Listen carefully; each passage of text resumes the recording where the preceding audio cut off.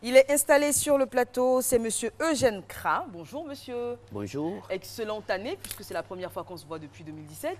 C'est exact. Bonne heureuse année à vous aussi. Bonne année, monsieur Kra. Bonne année à vous. Bien réveillé ce matin? Oui, oui, vraiment. Dieu merci. Alors avec vous, on parlera de formation et de bonne insertion dans le monde du travail. Oui, en effet, Marcelin l'a dit tout à l'heure, l'emploi constitue une préoccupation pour les gouvernants. Vous savez que des initiatives ont été prises ça et là pour insérer les jeunes.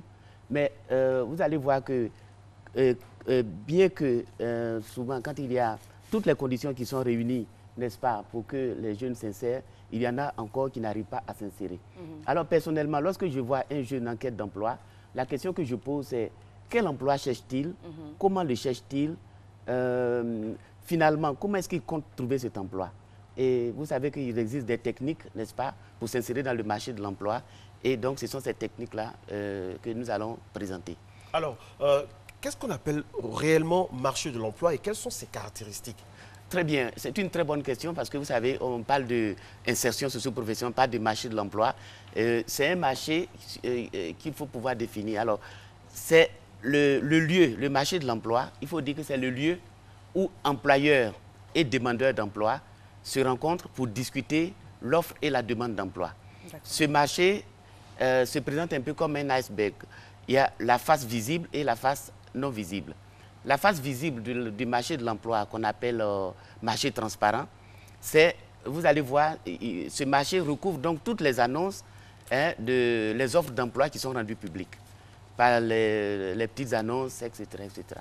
Le marché non visible qu'on appelle le marché noir, malheureusement ou heureusement, c'est sur ce marché que se trouvent la plupart des emplois qui ne sont pas publiés, mais que très souvent, c'est là-bas que les gens trouvent leur emploi. Alors, que dit d'autre? Nous sommes dans ce marché, c'est l'instabilité aujourd'hui qu'il faut remettre. L'instabilité qui peut s'expliquer par le fait que beaucoup de personnes bougent sur ce marché, d'autres bougent pour changer d'emploi, d'autres aussi pour trouver un emploi, etc., etc. Donc c'est un marché qui est très instable, voilà, aujourd'hui. Très bien. Alors quels sont les différents types de demandeurs d'emploi? Alors nous avons plusieurs types de demandeurs d'emploi, mais avant de parler des types, présentons d'abord les catégories de demandeurs d'emploi. Nous avons les jeunes qui sont ce qu'on appelle les primo-demandeurs d'emploi. Ils sont diplômés, ils sont allés dans les écoles, ils sont formés, ils ont leur diplôme. Et ils cherchent un premier emploi, on les appelle les primo-demandeurs d'emploi. Primo-demandeurs d'emploi. Exactement, primo. Primo de premier. En fait.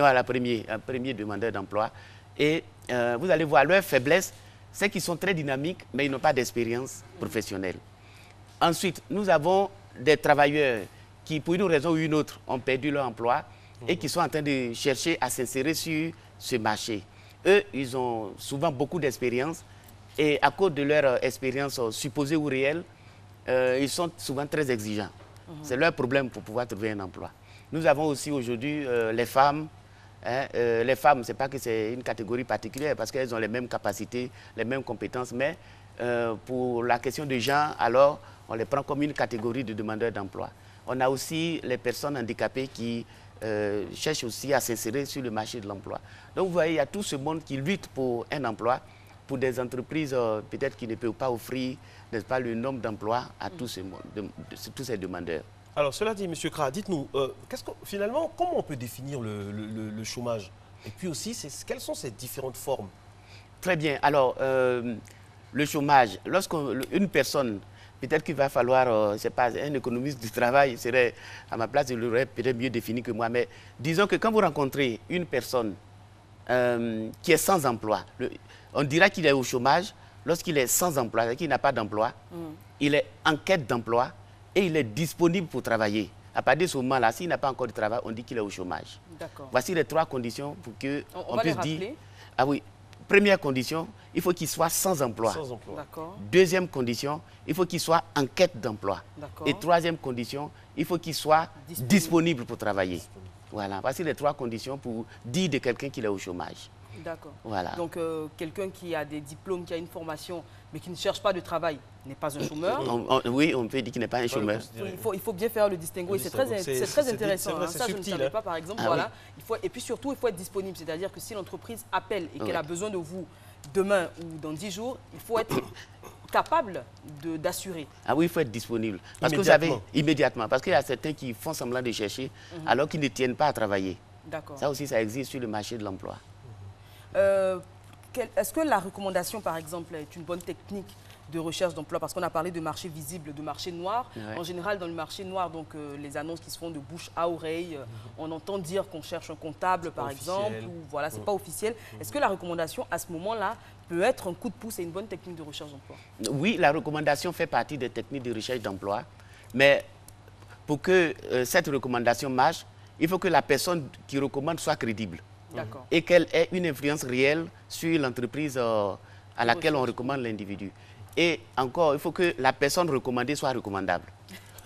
Parce que si vous pouvez ne pas être qualifié et puis on vous recommande pour une entreprise, c'est pas sûr que ça marche. Est-ce que ce n'est pas ça qui est de mise dans nos pays en voie de développement? Je ne dirais pas que c'est la seule technique qui marche. Mais ça marche effectivement parce que le fait de recommander quelqu'un donne une garantie supplémentaire. Pour l'employeur? Pour l'employeur, oui. Si vous, Marcelin, vous me recommandez quelqu'un, je ne dis pas de le faire. Mais, voilà. Mais vous voyez, ça donne une crédibilité. Voilà, ça donne une garantie supplémentaire de crédibilité. C'est pourquoi justement ceux qui sont recommandés généralement, ils sont acceptés. Aussi parce que peut-être qu'il y a une contrepartie non visible. Il peut y avoir une contrepartie. D'accord. Je vais revenir sur les différentes catégories de demandeurs d'emploi. Vous avez dit qu'il y a les primo-chercheurs d'emploi, donc ceux qui recherchent un premier emploi. Et puis, il y a certaines personnes qui, pour une raison X ou Y, certaines personnes donc, qui ont perdu leur emploi et qui sont à la recherche d'un nouveau poste. Et vous avez dit que ces personnes-là ont plus d'expérience. C'est tout à fait évident. Alors, entre les primo-chercheurs d'emploi et cette seconde catégorie, qui a plus de chances de s'insérer ou de se réinsérer dans le tissu de l'emploi? Bon, moi, personnellement, je pense que chacun a sa chance. Parce qu'il y a des entreprises qui cherchent des jeunes, n'est-ce pas, pour les embaucher et puis les former, n'est-ce pas, à leur fin. Il y a d'autres aussi qui cherchent des personnes hautement qualifiées pour reprendre en main une situation. Parce que vous savez, pour qu'il y ait vacances de poste dans une entreprise, c'est qu'il y a des raisons. Soit il y a un départ de l'entreprise forcément, ou alors c'est parce que l'entreprise entend étoffer son personnel.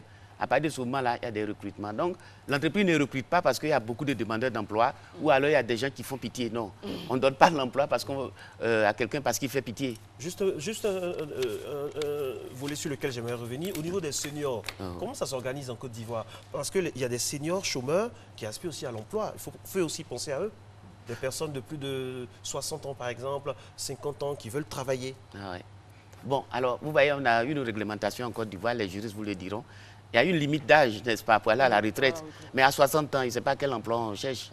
Dans d'autres pays développés, il y a des emplois pour les seniors. Est-ce que pour la réinsertion, c'est un peu ça l'optique de ma question? Bon, moi, personnellement, je pense que quelqu'un qui a passé, qui est resté 60 ans, 60 ans en activité. Même avant 50, 55, bon, qui est au chômage, 55, on peut arriver à la retraite. Mais quel est l'âge de la retraite en Côte d'Ivoire?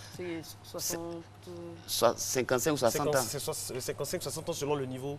Mais qui va vous recruter? Quelle entreprise qui va recruter un demandeur d'emploi de 55 ans ou de 60 ans? C'est beaucoup plus compliqué. C'est beaucoup plus compliqué parce que combien de temps on va pouvoir profiter sur ce travailleur qui va coûter énormément d'argent à l'entreprise? À moins que ce travailleur ait une expertise particulière qui est demandée. Dans ce cas, je conseille à cette personne d'opter pour l'entrepreneuriat intellectuel, c'est-à-dire une entreprise à fort contenu intellectuel.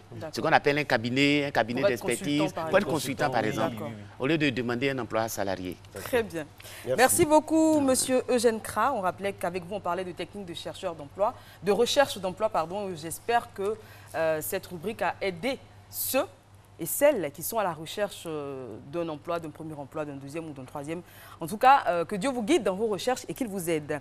Alors, vous le savez, les exercices du coach Fabrice, auquel nous avons eu droit il y a quelques instants, sont très complets, mais s'il y a bien un muscle qu'il a oublié de faire travailler, c'est l'articulation temporomandibulaire. Ouais, c'est l'articulation de la mâchoire, tout simplement. Je voulais faire ma savante, en fait. Alors, comment la détendre? En riant, tout simplement. Et ce matin, ce sera l'affaire de cette capsule.